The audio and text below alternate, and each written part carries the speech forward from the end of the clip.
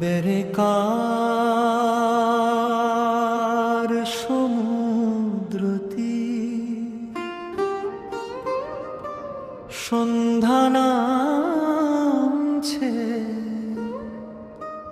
কৃষ্ণ উদ্ধব পাশাপাশি বসে,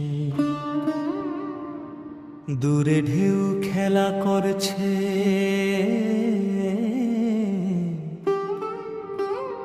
উদ্ধবের মন বিষণ্ণ,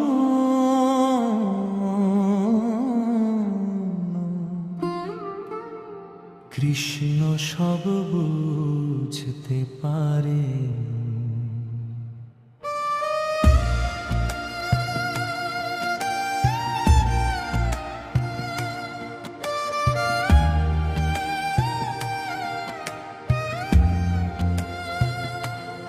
উদ্ধব নম্রস্বরে প্রভু আজ কিছু প্রশ্ন করব,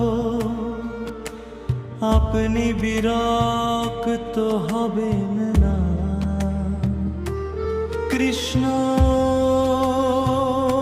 স্নেহ ভরে উদ্ধব তুমি আমার প্রিয় ভক্ত, তুমি আমার মন্ত্রী, তুমি আমার বন্ধু,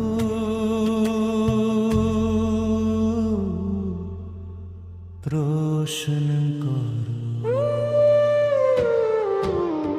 উদ্ধব প্রভু, আমি দেখছি আপনি গোপীদের সাথে নাচেন,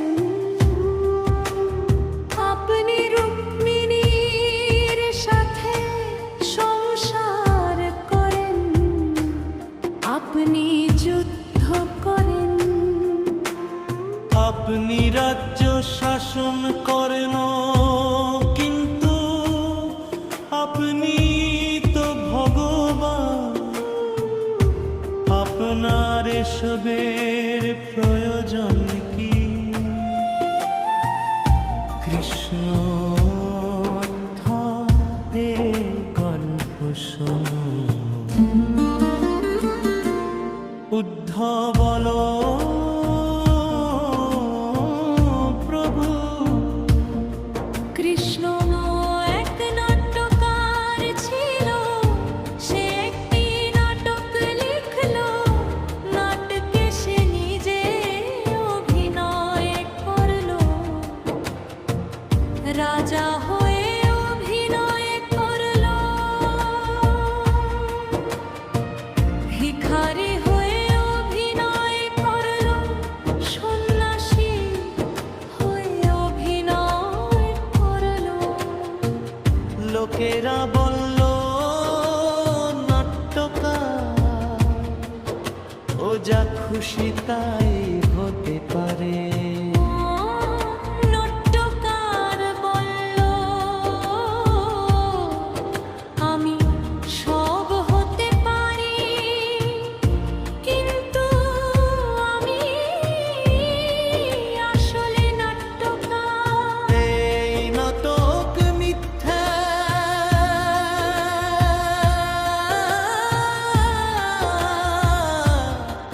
তবু আমি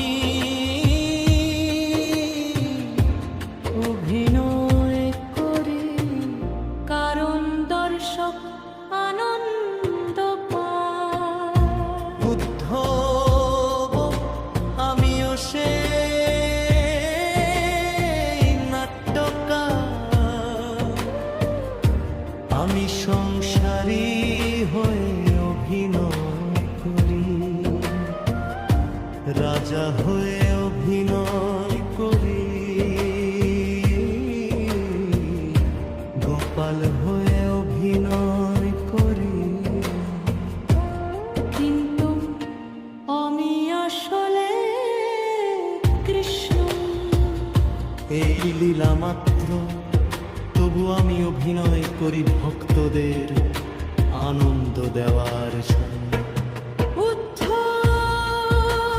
প্রভু, তাহলে আমার কি করা উচিত?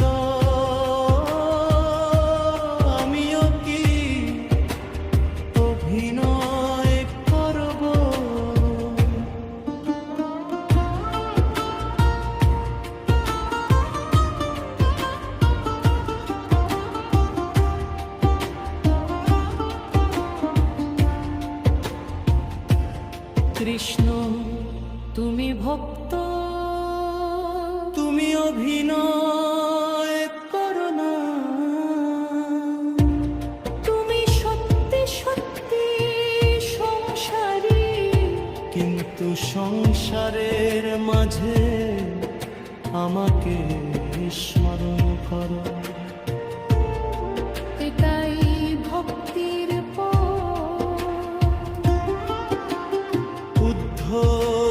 প্রভু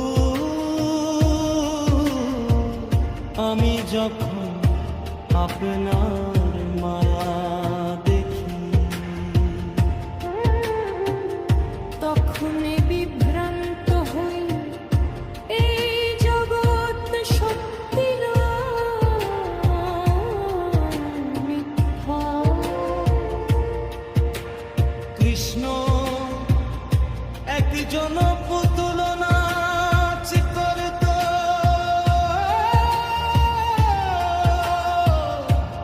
তার পুতুলগুলো নাচত, সুতো ধরে নাচাতো,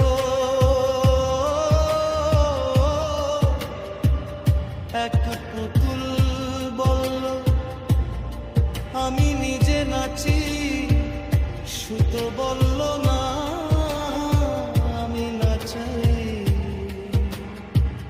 পুতুল মানল না। তখন সুতো ছেড়ে দিল, পুতুল পরে গেল। মরছবে এই জগৎ সেই পুতুল, আমি সুতো সুতো ছাড়া পুতুল নাচে না, আমি ছাড়া জগৎ চলে না। কিন্তু পুতুল মনে করে সে নিজে নাচছে। এটাই মারা। তবে কি করে